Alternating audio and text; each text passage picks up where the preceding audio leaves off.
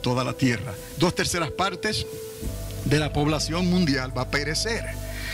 Entonces quedará unos pocos que el Señor se ha reservado para que ellos puedan entrar como seres humanos en el milenio. ¿Por qué tienen que entrar seres humanos? ¿Cómo se va a repoblar la tierra durante 1000 años si no son seres humanos?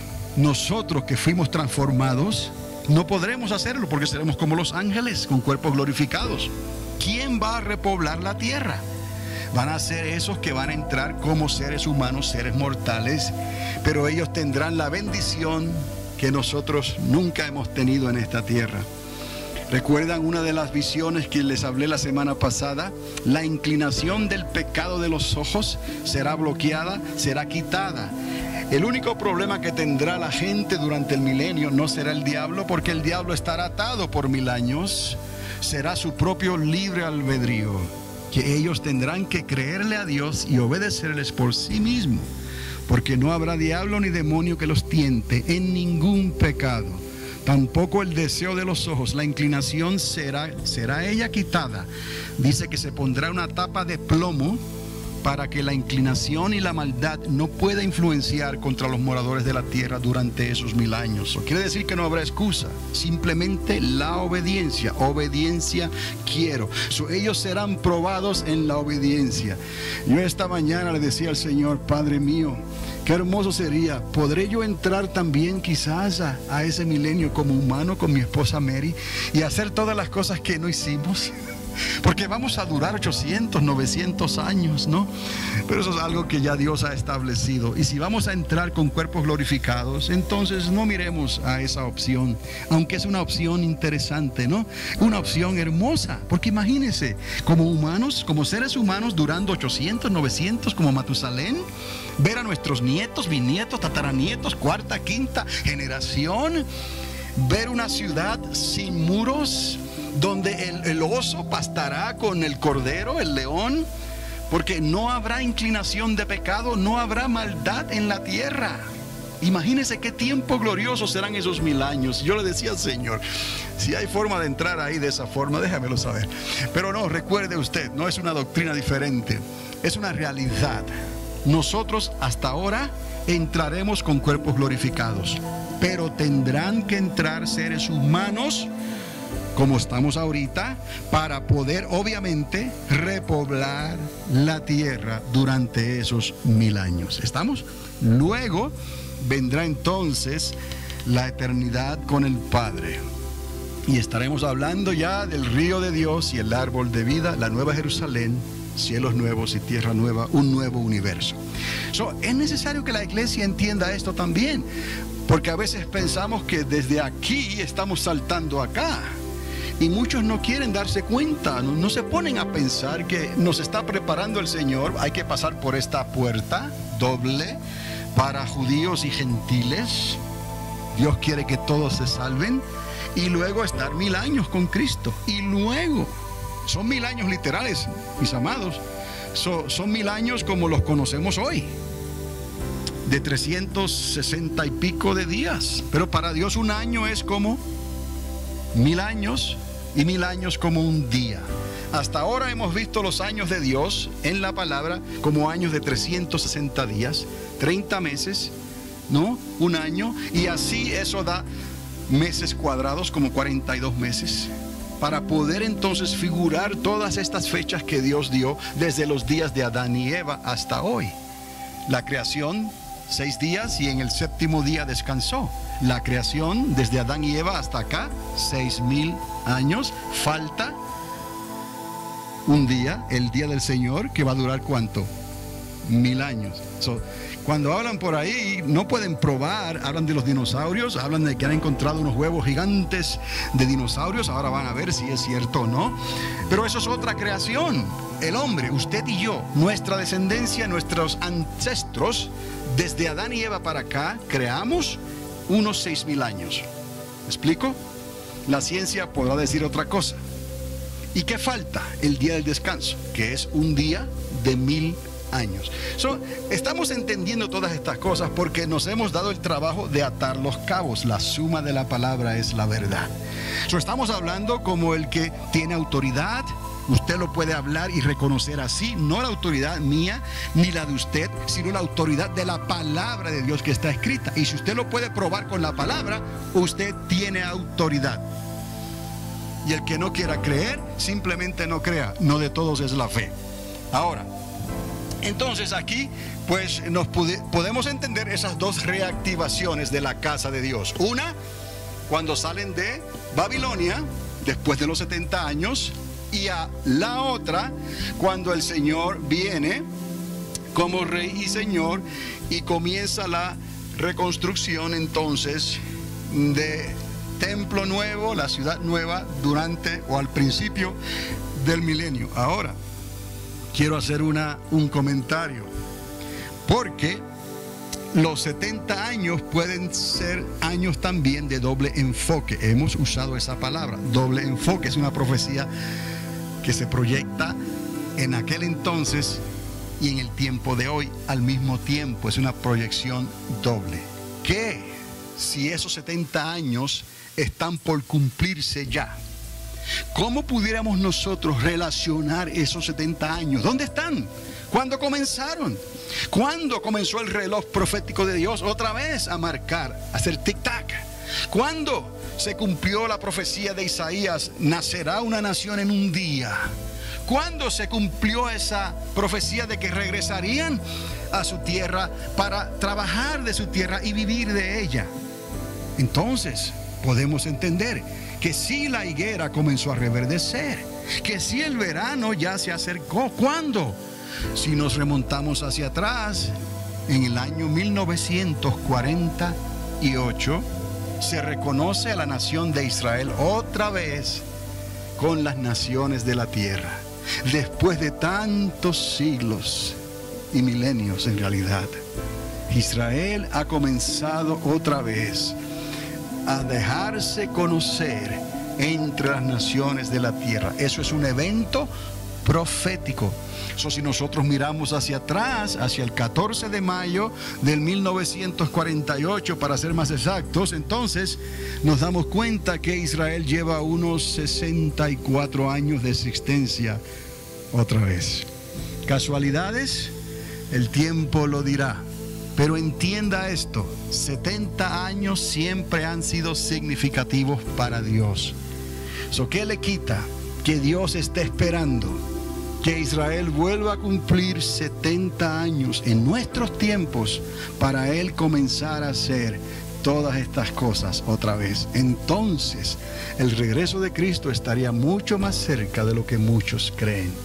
Ya yo les dije, para mí no es difícil querer entender esto. Lo quiero entender porque tengo que ser honesto, lo quiero creer de esa manera. Pero además de querer creerlo de esa manera, lo estoy viendo en los cumplimientos proféticos de Dios. Aquí hay algo más que un mero deseo. Hay una evidencia que puede ser, además de circunstancial, puede convertirse en una evidencia dada. Cuando Israel cumpla esos 70 años, si hemos entrado en ese tiempo final ya por lo que está pasando en Israel y en las naciones de la tierra, entonces el milenio de nuestro Señor Jesucristo se acerca a pasos agigantados. ¿Y qué es lo que va a ocurrir? Que todo ojo le verá en ese día cuando Él ponga sus pies sobre el monte de los olivos. Ahora la iglesia necesita concentrarse en la evangelización final, pensando que esa última semana, esa semana 70 que habló el profeta Daniel, es lo único que nos va a separar entre nosotros y el reino del Hijo de Cristo. Porque esa última semana es la que falta por cumplirse. Cuando esa semana se cumpla, el Señor comenzará la regeneración y la restauración de todas las cosas en Jerusalén, en el mismo lugar donde fue establecido desde un principio. Nosotros los creyentes necesitamos entender estas cosas para poder hablarlas con convicción y no estar hablando con dudas y pensando que a lo mejor estamos equivocados. No piense que está equivocado si usted lo puede ver claramente en la palabra de Dios. Deje que la palabra misma se explique, deje que la palabra misma se compruebe. Usted por la fe ate los cabos, presente lo que dice la palabra y déjele el resultado al Señor. Pero yo en mi casa serviremos al Señor entonces, y no vamos a tomar la chanza, como se dice, ¿no? Dejar pasar la oportunidad de arreglar nuestras vidas hoy en día, porque sabemos que el Señor se acerca, y no darle lugar al diablo, ni a permitir que a nadie venga a hacernos piedra de tropiezo para apartarnos de los caminos del Señor. Hoy más que nunca tenemos que servir a Dios, y nuestra casa tiene que estar en orden. Entonces, todo esto nos ayuda para esta preparación que estamos apuntando aquí, a esta segunda restauración, posiblemente después de esos 70 años, primeros 70 años de la existencia de Israel en nuestros días. Entonces, por fin llegamos al asunto de las visiones de Zacarías. Y continuará usted viendo esto por varias diapositivas más, pero esto nos va recordando la trayectoria, ¿no? Ahora, ese enfoque doble de la profecía, los 70 años antes y después, nos van a llevar a esa reconstrucción del cuarto templo. Ya usted sabe, cuarto templo, ¿no? Es el templo del milenio. Es el templo que está descrito en los libros, en el libro de Zacarías. Entonces, si usted va a Zacarías, como les dije, los capítulos 1 al 6, usted va a ver también ciertas, vamos a decir en estos momentos, es algo que no está en ningún otro libro. Lo de los 70 años está aquí mencionado en Zacarías también, pero no está mencionado como en otros profetas que lo mencionan específicamente, sino que menciona unos 70 años donde Dios estuvo olvidado de su pueblo. Pero sabemos que esos 70 años son los 70 años del cautiverio. Cuando hablamos de las profecías que estábamos hablando de Ezequiel, por ejemplo, nos está hablando entonces de los detalles de la construcción de ese templo, de ese cuarto templo. Eso está en el libro de Ezequiel, la construcción del templo. Pero aquí en Zacarías vamos a ver otros detalles importantes que hablan del mismo tiempo, de ese milenio, de esos 1000 años. Lo primero que vamos a ver aquí, lo quiero hacer superficialmente primero, que son las 8 visiones, para que usted se vaya familiarizando, y luego entramos en cada una de ellas. De las 8 visiones que ve el profeta Zacarías en los capítulos, como les dije, del 1 al 6, ahí están. Él ve una línea de medir sobre Jerusalén, una línea de medir sobre Jerusalén. Eso habla de construcción. Amén. Ok. La segunda visión de Zacarías habla de 4 artesanos, que yo les llamé los 4 magníficos de la justicia de Dios, ¿no? Como la película de los 7 magníficos, estos son 4 magníficos que ellos vienen a ajustar cuentas, ¿no? Con aquellos que se levantaron contra Jerusalén anteriormente, especialmente en el tiempo de Armagedón. Pero vamos a ver aquí. La segunda visión habla de esos 4 artesanos. La tercera visión habla de unos planos de Jerusalén hechos como ciudad abierta. ¿Sabe lo que son unos planos? Los diseños de la construcción de una ciudad. Pero él se toma el detalle de decir que esta construcción de esta ciudad de Jerusalén será una ciudad sin muros. Y ahí nos da otro detalle, porque sabemos que durante el milenio habitarán ellos y nosotros en una ciudad que no está amurallada. No necesitan de muros. ¿Por qué? Porque el Señor Jesucristo estará reinando personalmente desde Jerusalén. ¿Estamos?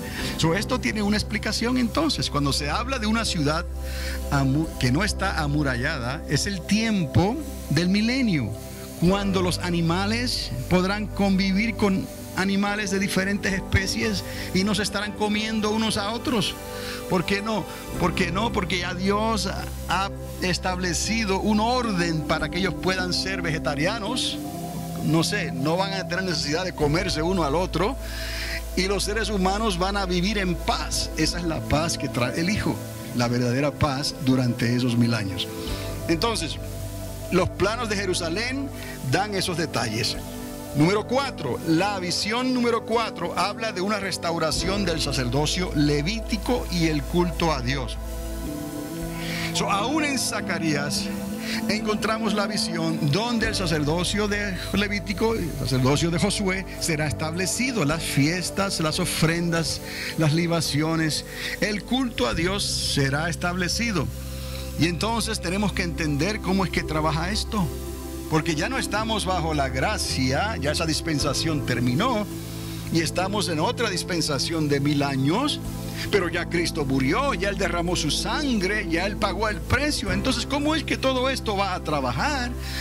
Y nos dimos cuenta que trabaja simbólicamente, no sin quitarle que ellos tienen que ser obedientes a eso que se va a establecer durante el milenio. Tendrán que hacer los sacrificios, tendrán que hacer las fiestas, tendrán que hacer las libaciones y las ofrendas, pero serán juzgados en base, mejor dicho, a la obediencia. Simbólicamente, el que está sentado en el trono, ya Él pagó su sangre. Eso no se puede quitar ya. Lo que ocurre durante este tiempo es para que la casa de Judá y la casa de Israel sea restaurada como en los días de ayer. Y entonces Él entregará su reino al Padre después del milenio. ¿Está conmigo? Ok. Y aquí ahora en la visión número 5, vemos ahora el ministerio de los 2 olivos, antes y después. ¿Por qué le digo antes y después? Porque estos 2 olivos estuvieron representados en la primera restauración. Si no hay unción, nadie puede ser reconciliado con Dios. Necesitamos la unción. Y los 2 olivos representan la unción de Dios para poder ver. Ese es el lavarte los ojos con colirio para que puedas ver. Es lo que Pablo dice: despiértate tú que duermes, para que la luz de Cristo te alumbre. Sin el Espíritu de Dios no puede haber convicción de pecado, de justicia y de juicio. Sin el Espíritu de Dios nadie puede venir al Padre. Entonces los 2 olivos representan la unción que aclara la vista para que puedan ver los propósitos de Dios y se conviertan a Dios y Él los salve. Recuerde la contradicción de los escribas y los fariseos, que querían ver a Dios legalmente, y Dios les dijo no, para que no puedan ver legalmente y yo los sane. Ellos perecieron en su pecado porque ellos no le creyeron al Cristo, al ungido de Dios, cuando Él vino y estuvo entre ellos y les habló en parábolas para que no discernieran, y así Dios no tuviera que salvarlos. Dios quería que se salvaran, pero era que ellos tenían que creerle a Jesús, al Hijo de Dios, a quien Dios el Padre envió. Entonces los olivos en esa primera restauración abren los cielos, por decirlo así, para que puedan ver los propósitos de Dios y se conviertan a Dios. Ahora podemos entender el ministerio de los 2 olivos en la última semana, en esa primera mitad. Ellos estarán aquí para que no solamente Israel también pueda ver, sino para que el resto de las naciones de la tierra puedan creerle a Dios y ver lo que está ocurriendo en la tierra. Y la iglesia ocupada en la gran cosecha y en la pesca milagrosa en esas últimos 42 meses que nos quedarán entonces para evangelizar las naciones de la tierra antes que el diablo sea suelto en esta tierra. Y ocurrirá entonces el día de angustia de Jacob. Ok, el ministerio de los dos olivos, antes y después. El libro de los castigos, eso es increíble, no lo habíamos visto antes. Obviamente, entendamos entonces que todo tendrá que ser evaluado en base a la obediencia. Por eso va a haber un rollo que vuela, por decirlo así, un rollo que mide 20 codos por 10 codos y estará volando sobre toda la tierra.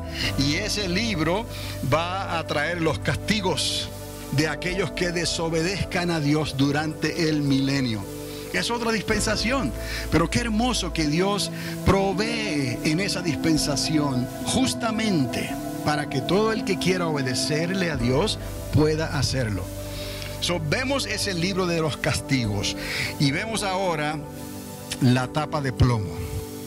Es la séptima visión que él ve, donde la maldad será quitada de la tierra. Pero hay un detalle que quiero mencionar. Dice la Escritura que de alguna manera le harán un templo en la tierra de Mesopotamia, la tierra del Sinar, en algún lugar por allá, por Babilonia. Le van a hacer un templo a la maldad. Y al final del milenio parece ser que volverán a ponerle los ojos a la maldad. Será la tapa quitada. Posiblemente es lo que está tratando de decirnos el Señor, el profeta, en esta profecía, que la maldad ha sido bloqueada con plomo. Usted sabe que los rayos X no pueden penetrar el plomo. Los rayos X no pueden ver lo que está al otro lado del plomo. Si aquí hay un ojo de rayo X y usted bloquea esto con plomo, los rayos X no pueden ver a través de esa pared. Qué casualidad que esa tapa, dice el profeta, es de plomo. Y tiene que ver con que impide que la maldad se vea. ¿Estamos entendiendo? No hay casualidad. Eso tiene que ver con lo que está ocurriendo hoy y con lo que no va a ocurrir durante el milenio. Ellos no serán tentados de esa manera. No habrá esa inclinación en el ser humano. Pero al final del milenio, esa tapa será quitada, porque se le hizo un templo. Y ahí podemos explicar entonces por qué Gog y Magog al final del milenio se levantan contra el campamento de los santos para atacarnos y atacar al Señor. Gog y Magog quiere decir que cuando el diablo es suelto